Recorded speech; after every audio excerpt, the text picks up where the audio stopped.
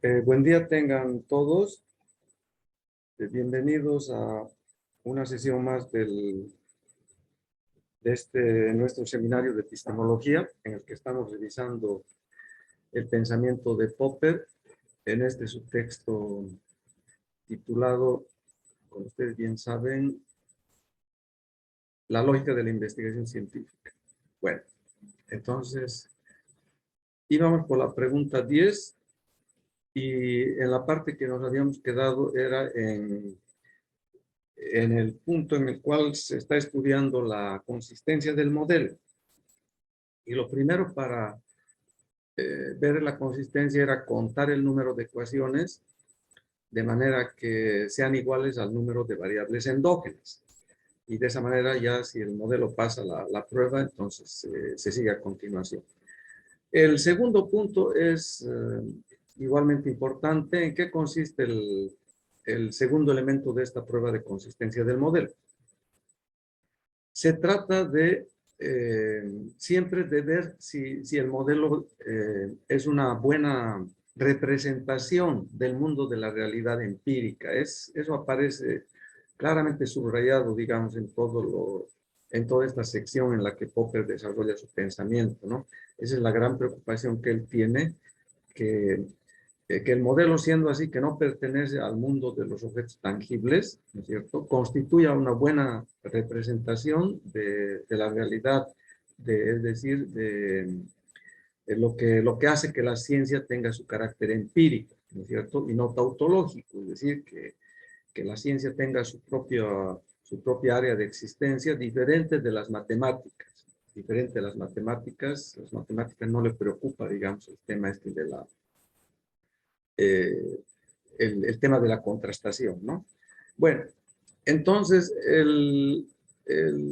para que el modelo en este entendido, en el entendido, digamos, de esta segunda prueba de consistencia, para que el modelo sea una buena representación de la realidad, tiene que, tratándose de modelos dinámicos, es decir, donde la variable exógena es el tiempo, entonces tiene que mostrar algún equilibrio,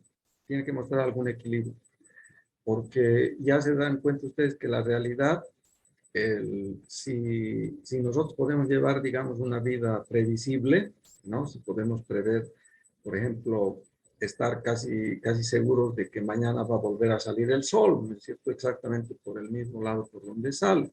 Bueno, eso es más complejo, ya ven ustedes que el sol en realidad no sale, ¿no es cierto? Sino es una serie de movimientos de los planetas dentro del sistema solar. Pero bueno, para hablar con el lenguaje que todos entendemos, estamos seguros de que mañana, no seguros, pero con una probabilidad elevada de que el sol va a salir mañana por el este, etcétera, etcétera. Entonces, todo esto hace que el mundo sea previsible. Y el modelo tiene que hacer, para que sea una correcta representación de la realidad, eh, tiene que expresar estos hechos, ¿no? Y en términos de los sistemas dinámicos, estamos hablando de equilibrio, ¿no es cierto? El equilibrio es un concepto central en ciencia. Es uno de los conceptos más importantes, el concepto de equilibrio. Y como que ahora los desarrollos de las ciencias siempre toman como referencia el equilibrio, ¿no? Y ahora hay los modelos lejos del equilibrio o cerca del equilibrio, pero el equilibrio sigue siendo el referente fundamental, digamos, en la evaluación de un modelo. Entonces, ahora de lo que se trata es de preguntarnos qué sucede con el modelo, ¿no es cierto? ¿Qué le pasan a las trayectorias, a las órbitas, digamos, que representan las variables endógenas cuando el tiempo transcurre indefinidamente? Esa es la pregunta que tenemos que responder. Y entonces tenemos que situar para poder dar una respuesta adecuada en el ámbito del estudio de la estabilidad del sistema. Bueno, ¿qué es lo que hacemos? Resulta que el modelo, para que sea una correcta representación de la realidad, desde el punto de vista, digamos, de la clasificación de sus características matemáticas, podemos pensar, dividir los modelos en dos categorías, los modelos lineales y los modelos no lineales, ¿de acuerdo? Entonces, lo que se ha ido viendo es de que la complejidad de los fenómenos demanda representaciones que piden, digamos, ¿no es cierto?, a lo que está escribiendo el modelo, representar ecuaciones, representar las hipótesis que él piensa que son adecuadas, digamos, corresponden a una adecuada descripción de la realidad. Tiene que utilizar funciones más complejas que las funciones lineales, y de esa manera es que el modelo va adquiriendo automáticamente el carácter de no lineal. Entonces, la no linealidad es un hecho presente en el trabajo de modelización. Pero resulta que en la teoría de los sistemas dinámicos hay un teorema fuerte que dice que cualquier no sistema lineal puede ser representado como un sistema lineal y analizado en consecuencia, digamos, con la teoría, una teoría muy potente de los sistemas dinámicos lineales, ¿no es cierto?, en vecindades del equilibrio. Siempre y cuando el análisis se lo haga en vecindades del equilibrio, entonces se puede dejar de lado, digamos, el modelo no lineal como tal y buscar la forma lineal del modelo para aplicar, digamos, toda la teoría que ya es una teoría completa en el sentido de que considera cualquier caso que se pueda presentar, ¿no es cierto?, cualquier caso que se pueda representar en la forma matemática del modelo, y es por eso que este teorema es, digamos, de una extraordinaria utilidad, ¿no? Vuelvo a decirles, cualquier sistema no lineal se comporta como un sistema lineal en vecindades del equilibrio. Bueno, entonces, ¿qué es lo que hay que hacer, no es cierto, para ver si los equilibrios son estables, de manera que se pueda pensar que el modelo es una buena representación de la realidad, ¿no? Si de todos los equilibrios que muestra el modelo, al menos uno es estable. Entonces, lo que se hace justamente es estudiar la forma lineal del modelo, ¿de acuerdo? Y entonces, en la forma lineal del modelo, lo que tenemos en el miembro izquierdo, digamos, del sistema, son las derivadas, ¿no es cierto?, de las variables endógenas. Si hemos visto, ¿no es cierto?, dos ecuaciones en un sistema un sistema originalmente, digamos, de varias ecuaciones que puede ser reducido a tres ecuaciones diferenciales en tres variables, tres ecuaciones simultáneas o dos ecuaciones, digamos, el caso más sencillo, ¿no? Entonces, tenemos en el miembro izquierdo las derivadas de estas dos variables para hablar, digamos, de un sistema de dos ecuaciones, ¿no? Pero el caso genérico, el caso general más bien de las matemáticas, un número cualquiera de variables, ¿no? De las derivadas de un número cualquiera de variables en el miembro izquierdo. Y utilizando la notación matricial, vamos a tener después en el miembro derecho una matriz cuadrada, ¿ok? Una matriz cuadrada de coeficientes, todos reales. Y en una matriz que está multiplicando ¿a qué? A un vector de las variables endógenas, que ya no son, digamos, las derivadas, sino más bien las variables como tales, ¿no? Variables at level, digamos. Bueno, entonces ya ustedes se dan cuenta, ¿no? De qué se trata, todo esto, ¿no? Lo que vamos a buscar es esta matriz, que es una matriz obviamente con ciertas propiedades, ¿no?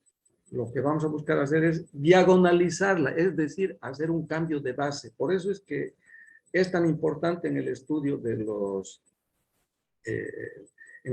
sistemas dinámicos, el estudio del álgebra lineal, porque precisamente el álgebra lineal se ocupa de estudiar las propiedades, digamos, de las matrices, el concepto, digamos, de base, ¿no es cierto? Por ejemplo, si tenemos un espacio unidimensional, a nosotros nos basta un vector para generar todo el conjunto de elementos, digamos, de ese espacio. Si tenemos un plano, es decir, un espacio bidimensional, vamos a necesitar dos vectores. Pero si tenemos un tercer vector que queremos incluir en una base, no, pues no es necesario. ¿Por qué? Porque si tenemos dos vectores que son linealmente independientes, eso es suficiente, necesario y suficiente para poder generar, digamos, todos los elementos constitutivos del espacio bidimensional, ¿no? Bueno, Entonces, de eso se trata, no voy a hacer obviamente una clase de álgebra lineal ahora, pero nada más explicar los principales conceptos que están detrás de esto que les estoy diciendo, ¿no? Entonces, de lo que se trata es de esta matriz, ¿no es cierto? Esta matriz que representa la forma lineal del sistema en el equilibrio, ¿no? En el equilibrio que estamos analizando. Entonces, es un conjunto de números reales y yo quiero encontrar cuál es la base que me permite representar esta matriz de manera equivalente, pero como una matriz diagonal, es decir, con los números, ¿no es cierto?, llenando, es decir, los valores diferentes de cero que aparecen solo en la diagonal principal. Entonces, ustedes se darán cuenta por qué es importante buscar la forma diagonal de esta matriz, ¿no es cierto?, de la forma lineal de este sistema diferencial, ¿no?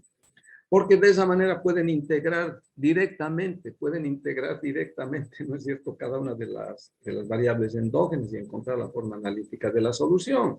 De manera que ahí en la forma analítica se van a dar cuenta, ¿no es cierto?, va a ser una función de t. ¿Qué pasa? Y van a encontrar ahí un parámetro que en la ocurrencia, digamos, es el valor propio. Y si se van a dar cuenta que si el valor propio tiene un signo negativo, entonces ahí vamos a tener, la solución va a tender asintóticamente, digamos, al equilibrio, ¿no? De otra manera, si es igual a cero, bueno, hay una serie de circunstancias, y si es mayor que cero, entonces obviamente, por lo menos en ese eje, el sistema se va a ir, ¿no es cierto? Se va a ir no precisamente al equilibrio, sino a cualquier lugar, al infinito probablemente. Entonces, este es, digamos, esto es lo que tenemos que hacer, Y una vez que nosotros encontramos que al menos uno de los equilibrios es un equilibrio estable, que muestra un tipo de estabilidad, en ese entendido tenemos dos tipos de estabilidad: la estabilidad asintótica, ¿no?, donde las órbitas, digamos, convergen hacia un punto, ¿no? O hay un tipo de estabilidad también, el equilibrio es estable, pero no es asintóticamente estable. Y ahí en dos dimensiones vamos a tener una curva cerrada, ¿no? Después, claro, ya en las ecuaciones de tres dimensiones ya aparecen otro tipo de fenómenos, ¿no?, que ahora se han vuelto muy populares. Todo esto, digamos, de la teoría del caos, tiene todo eso, ¿no? Las órbitas que van transitando, digamos, de un equilibrio a otro, así a medida que transcurre el tiempo, ¿no? Entonces hay todo ese tipo de situaciones. Pero eso verifíquenlo ustedes, pero se da en sistemas que son superiores a las dos dimensiones, ¿no? En dos dimensiones es más interesante el estudio y mucho más fácil de ver las cosas geométricamente, ¿no? Bueno, entonces si nosotros ya, fíjense ustedes que todo esto es un análisis de dinámica cualitativa. Por eso es que aquí cuando nosotros digo, las personas que estamos trabajando en este tema de la modelización de los sistemas dinámicos, ¿no?, a ese subgrupo, digamos, subgrupo bastante pequeño de la gente que está al menos en la universidad, ¿no es cierto?, un subgrupo muy pequeño. Entonces, entendemos lo cualitativo. Lo cualitativo está asociado estrictamente, digamos, a todo este procedimiento, ¿no? No tiene nada que ver con ese concepto de lo cualitativo que yo a veces escucho en las ciencias humanas, ¿no? En la Facultad de Humanidades, en la propia digamos, en otros ámbitos, incluso en los ámbitos de la Facultad de Ciencias Exactas, que bueno, es así, ¿no? Es otro punto de vista muy diferente de este concepto que es bien estricto, que tiene un conjunto de reglas bien claras, y a eso denominamos, digamos, análisis de dinámica cualitativa, ¿no? No hemos en absoluto identificado, digamos, los valores de los parámetros, ¿no? A eso nos referimos. Y eso es algo extraordinario porque simplemente manejando el sistema, digamos, en términos algebraicos, llegamos a resultados muy fuertes, ya susceptibles de ser contrastados con la realidad, ¿no? Entonces, es un trabajo extraordinario. Claro, cómo no, pues si a partir, digamos, sin en absoluto, digamos, referirnos a ninguna realidad específica a través de los valores de los coeficientes, nosotros podemos decir, el sistema se va a comportar de esta manera, ¿no es cierto? Así taxativamente, independientemente de las características de la situación empírica, no, pues esos son resultados muy fuertes. Entonces, de esa manera ya nosotros habríamos concluido con este proceso de los procedimientos de los que habla Popper. Claro, él es taxativo, él liquida, digamos, esta pregunta en su texto, probablemente en un párrafo, ¿no? Y eventualmente tal vez con sus extensiones del argumento en una página, ¿no? En absoluto no abunda en todo esto que yo les estoy contando, pero esto que yo les estoy contando, digamos, es lo que está subyacente, densamente subyacente en estos párrafos de los cuales habla Popper, porque no hubiera podido llegar, digamos, a redactar este tipo de cosas si no hubiera tenido conocimiento ya de la física que ya desde tiempos de Newton ya trabaja este tipo de modelos. O sea que es bastante tiempo que en la física se está trabajando sistemas dinámicos, ¿no? Bueno, entonces, ahora bien, fíjense ustedes la pregunta 11. Explique el proceso de aplicación empírica de las conclusiones de una teoría. Ahora ya viene, ya ahora sí estamos en lo empírico de lo empírico, ¿no? Entonces, ¿ahí qué hacemos? Identificamos pues los parámetros. Ya han visto ustedes que en un modelo hay dos tipos de entidades matemáticas. Las variables endógenas, que las representan con letras mayúsculas, incluso, ¿no? Para mejor manejo, para tener un manejo más fluido, más rápido, digamos, del lenguaje matemático, y los parámetros que representamos por medio de letras minúsculas, para no complicar la existencia. Bueno, entonces ya para entender una situación empírica, por ejemplo, yo les puse como ejemplo la colonización del norte de Santa Cruz y este primer modelo que escribí de la agricultura de Cortiquén. Entonces ahí tengo que ir a preguntar pues al agricultor, ¿cuántos jornales usted trabaja para desboscar una hectárea? Y el agricultor me dice, uno me dirá 25 jornales, otro me dirá 30 jornales, otro me dirá 27 jornales. Bueno, y ya yo le saco pues la media, ¿no? Y pongo, digamos, o el valor modal, el que más se repite, ¿no? Y identifico ese parámetro que aparece obviamente en el modelo, número de jornales necesarios para desboscar una hectárea, 30 jornales, y ya pongo el 30, ¿no es cierto? Entonces ya estoy encaminado yo a representar un hecho empírico, el hecho empírico de la colonia Antofagasta, por decir, digamos, por mencionar la primera colonia que ha sido establecida aquí en el norte de Santa Cruz, ¿no? Entonces ya ven ustedes en qué consiste el tema de la aplicación empírica de las conclusiones de una teoría. Antes de poder aplicar las conclusiones, yo primero tengo que identificar los parámetros, y los parámetros los identifico en la realidad empírica del trabajo cotidiano de los agricultores. Si en el modelo, como es el caso, tengo el precio del arroz, ¿no es cierto? Entonces les pregunto a los agricultores, ¿en cuánto han vendido ustedes su fanega? Fanega es una unidad de medida que se utiliza en el norte de Santa Cruz, equivalente de ahora, ya no me acuerdo exactamente a cuántos kilos, ¿no? No estamos más habituados a kilos. Pero en el mercado boliviano todavía existen unidades de medida como la libra, la arroba, ya ven ustedes, la canasta, si van a Valle Grande les venden una canasta de lechugas, así que no, es todo un tema, el tema de las unidades de medida, ¿no? Entonces todos ustedes tienen que ya como investigadores saber que tienen que enfrentarse con las múltiples determinaciones de la realidad y llevar siempre todo esto a una situación que todo el mundo pueda entender. Si ustedes van a hablar, digamos, van a presentar su paper en Francia, como a mí me tocó, digamos, ¿no? La oportunidad ahí en un congreso de la Sociedad de Ecología a nivel mundial. Entonces, obviamente, no les voy a hablar de fanegas, porque los franceses ahí, todos los otros, probablemente algunos sepan qué es la fanega, ¿no? Pero la mayor parte se van a manejar seguramente más cómodamente en kilos. Bueno, entonces todo ese tipo de transformaciones uno tiene que hacer para, para calcular las órbitas. Y después ya uno calcula las órbitas y se fija, ¿no? Se fija qué ha pasado con la colonización, los hitos de la colonización en los 30 años de existencia que tiene la colonia Antofagasta. Han seguido más o menos la dirección de las órbitas que aquí estamos representando. Y ahí aparecen cosas extraordinarias, como por ejemplo, incluso cuando uno ya tiene identificados todos estos parámetros, hay ciertos parámetros que quedan todavía, ¿no es cierto?, susceptibles de ser identificados durante las simulaciones. Entonces, de acuerdo a un tipo de parámetro, al valor que le asignemos, vamos a tener una convergencia en espiral, cosa bastante difícil de ver en la realidad, ¿no? En la realidad, cuando uno analiza sobre un periodo de 30 años. Entonces, esa es la aplicación empírica de las conclusiones.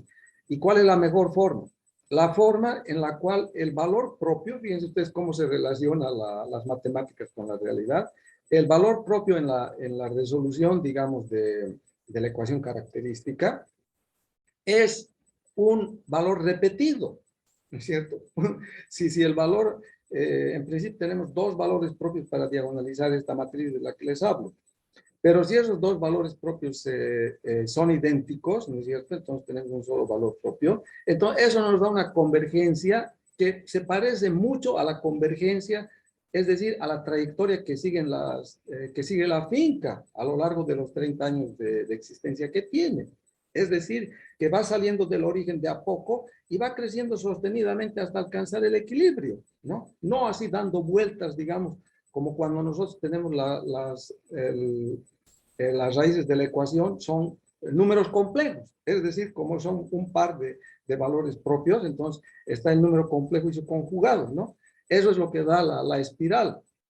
Entonces, esto realmente, esta experiencia que ustedes ya la han tenido porque ya han trabajado estos modelos, y si no la han tenido, yo les invito a tener esta experiencia porque es una experiencia extraordinaria de ver cómo las matemáticas, ¿no es cierto?, son un lenguaje para expresar una cantidad de cosas extraordinarias que suceden en la realidad.